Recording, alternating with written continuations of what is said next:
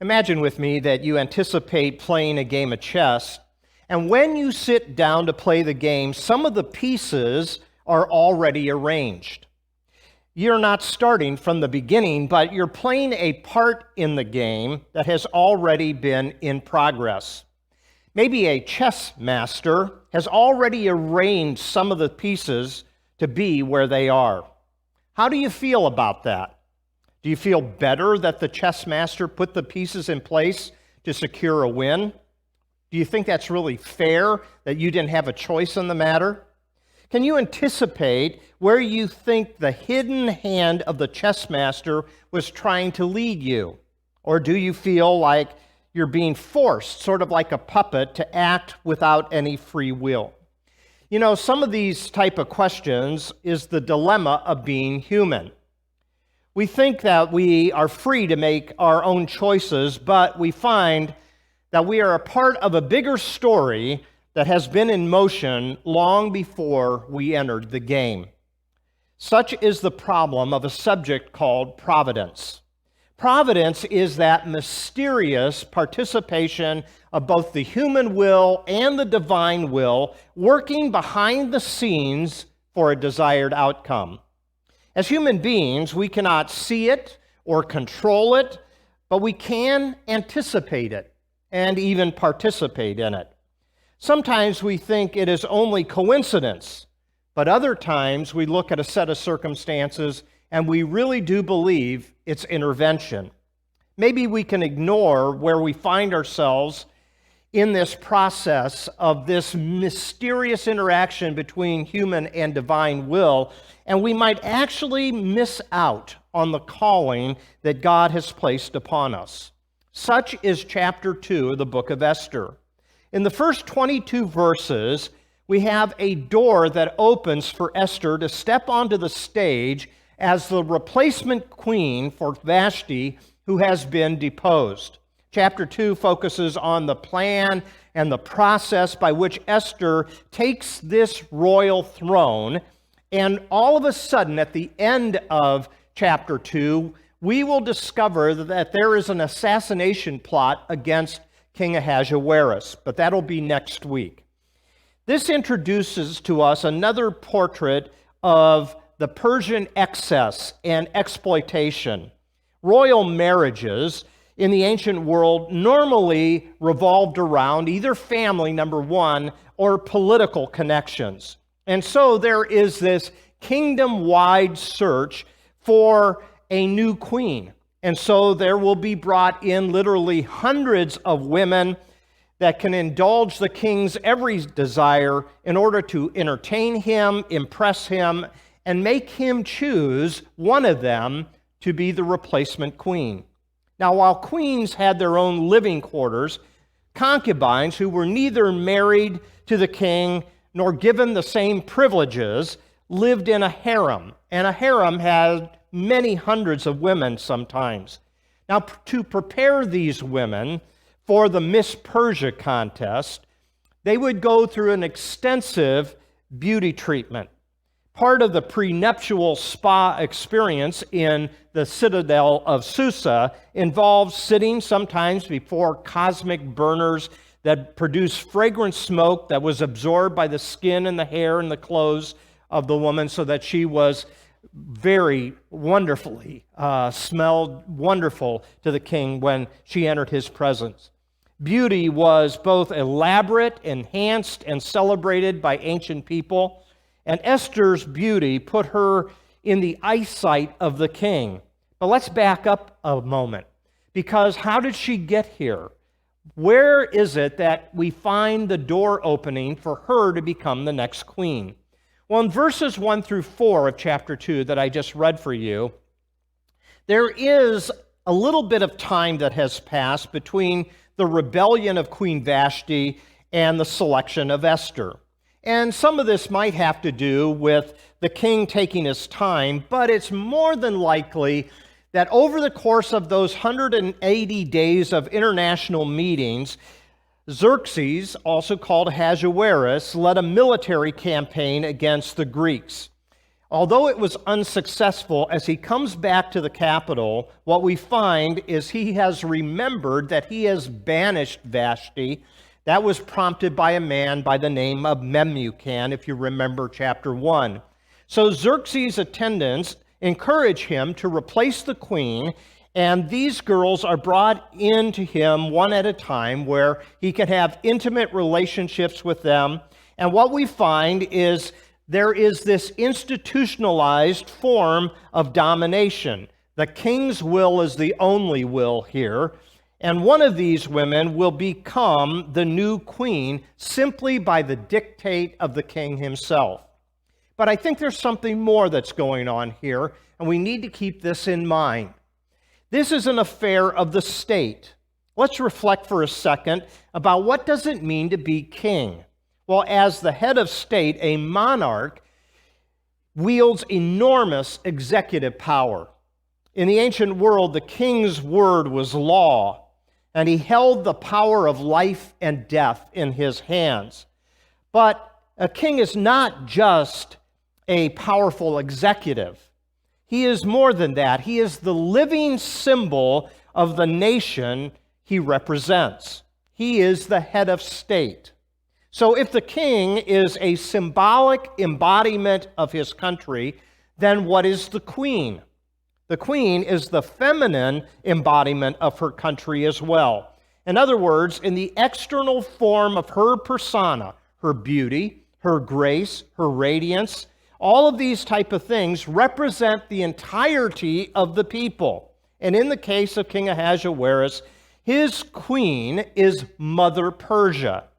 And at the culmination of this process where he's going to choose a new queen, what we find is this woman is being objectified for political purposes. This is no ordinary man just trying to show off the beauty of his girl.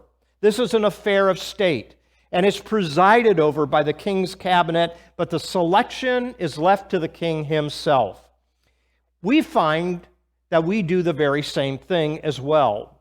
We have a statue in New York City that is a female salute to the aspirations, values, nobility, and beauty of our people. A statue that elegantly invites the poor, the huddled masses to find shelter beneath her outstretched arm. We call her Lady Liberty. I don't know if you've ever heard the full poem that was written, or if you just hear that one line that is often recited. But there is a poem that was written called The New Colossus, from which the famous line is taken. Let me state it for you. Not like the brazen giant of Greek fame, with conquering limbs astride from land to land, here at our sea-washed sunset gates shall stand a mighty woman with a torch, whose flame is the imprisoned lightning, and her name, Mother of Exiles. From her beacon hand glows worldwide welcome. Her mild eyes command the air-bridged harbor that twin cities frame. Keep, ancient lands, your storied pomp, cries she with silent lips. Give me your tired, your poor, your huddled masses yearning to be free, the wretched refuse of your teeming shore. Send these, the homeless, tempest-tossed to me. I lift my lamp beside the golden door. You see, in our case, a woman represents values that we hold dear as Americans. The same thing can be said about this new queen. King Ahasuerus wants the new queen to be that statue that represents for the princes and provincial governors throughout the realm to look with pride upon her. And in her beauty, she represents all that is beautiful of the entire culture. In other words, Mother Persia will command the loyalty of her citizens. So we find the choice is very important. And then we are introduced to Mordecai and Esther. In verses 5 through 7 of chapter 2, we read this. Now there was a Jew in the citadel of Susa whose name was Mordecai, the son of Jair, son of Shimei, the son of Kish, a Benjamite. Kish had been carried away from Jerusalem among the captives, carried away with King Jeconiah of Judah, whom King Nebuchadnezzar of Babylon had carried away. Mordecai had brought up Hadassah, that is Esther, his cousin, for she had neither father nor mother. The girl was fair and beautiful, and when her father and her mother died, Mordecai adopted her as his own daughter. So when the king's order and his edict were proclaimed, and when many young women were gathered in the citadel of Susa in custody of Haggai, Esther also was taken into the king's palace and put in custody of Haggai, who had charge of the women. The girl pleased him and won his favor, and he quickly provided her with her cosmetic treatments and her portion of food, and with 7 chosen maids from the king's palace, and advanced her and her maids to the best place in the harem. Esther did not reveal her people or kindred, for Mordecai had charged her not to tell. Every day Mordecai would walk around in front of the court of the harem to learn how Esther was and how she fared. So we fill in the blanks a little bit more here. What we find taking place is we are introduced to the cousin of Esther, a man by the name of Mordecai. Now it's interesting that these names, Mordecai and Esther, are Babylonian names, and they are probably taken from Babylonian gods. Mordecai probably comes from the god Marduk, and what we find is Marduk is the chief Babylonian god, and the narrator is suggesting here that Mordecai, even though he has a connection to the tribe of Benjamin, a relationship to King Saul, and he's an individual that went into exile in the Babylonian invasion, we find that he stays in the capital of Persia, and it is there that he rises in ranks and he has a prominent position, but he is an individual that has a soft heart. And there is his cousin. Her name is Hadassah in Hebrew. Her name was changed to Esther, which is probably a name after the goddess Ishtar, which is the goddess of love and war. What we find is that he raises her because she lost her parents. There's an element here of hiddenness. In the story, Mordecai tells Esther not to make her nationality known. In this hiddenness, rabbinic tradition suggests that maybe her hiddenness is closely related to God's hiddenness in the story. For when we think about providence, how this door is going to open for Esther, and when we think about our own lives and we think about how doors open and doors shut, what we think of is how God is working behind the scenes. And there's an element of hiddenness there. We do not know what God is doing, and many times we cannot trace his hand. And so, is God absent in this story, or is it simply telling us that God cannot be seen in the story? And in the same way that Esther is hidden from her nationality to King Ahasuerus, so God is hidden as well. And we have to keep our eyes open to see what God is going to do. And so what we find is Queen Vashti has been deposed, and now Queen Esther has taken her place. Now, Esther's identity as an orphan is mentioned twice in this chapter. She was first orphaned when her parents died, but then when she was taken and placed into the harem, she was in a sense orphaned again because she was taken from the care of Mordecai. So Esther's going to succeed in rising in the ranks to become the new queen, but I want you to think about this for a moment, that she was taken into a harem with hundreds of other women. She was advanced up the ranks, sort of like in a beauty pageant, where she made the cut and she made a second harem of a smaller number. And it is there that they would all spend their night with King Ahasuerus, and it would be there on their ability to please the king's needs that he would make his decision. Mordecai, on the other hand, constantly walked in front of the Capitol building and was always looking out for Esther, always wondering how she's doing. And so you might say that God is hidden behind the scenes, caring for Esther, but Mordecai is in plain sight. And he is an individual that is keeping watch so that she will not be used and abused. There's some sexual innuendo in this chapter as well.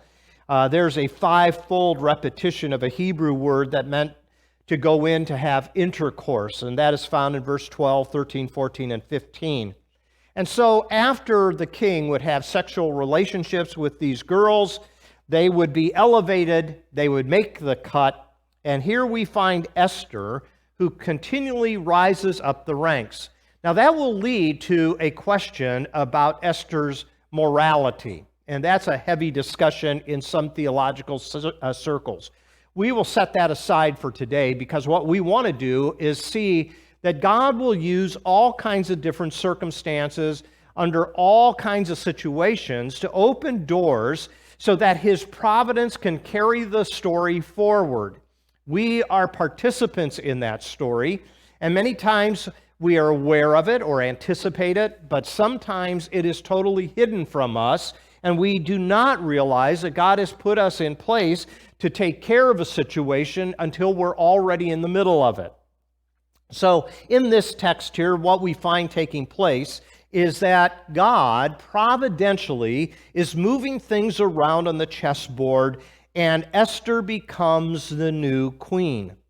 However, in my life, in your life, in Esther's life, what we find is God's providence many times involves pain.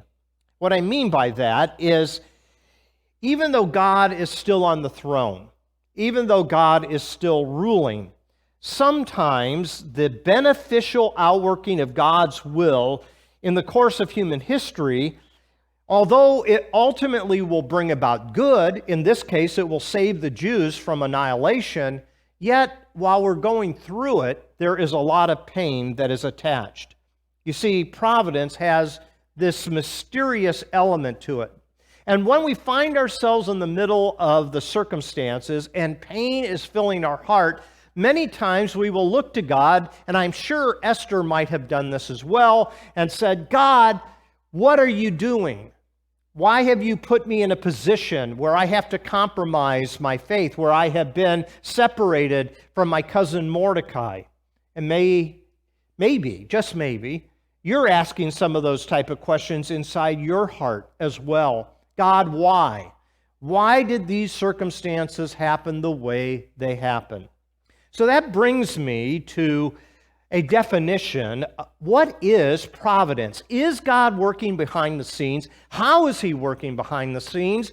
And if He's working behind the scenes, do I know that He's working behind the scenes, or is it completely hidden from me? Well, in your liturgy, I've given to you a definition that I wrote in the middle of this past week. And it's not perfect by any means, but hopefully it will give to you some insight as to what it means to be under the providential hand of God. So here's my definition for what it's worth. Providence is the mysterious participation of the human will and divine will working behind the scenes for a desired outcome. As humans, we do not have the capacity to see it clearly or control it completely, but anticipate it expectantly and participate in it humbly. There's a lot that I packed into that. As human beings, we do not have the capacity to see it clearly or control it completely, but anticipate it expectantly and participate in it humbly. Well, with that definition, let's kind of think about how this chapter applies to us.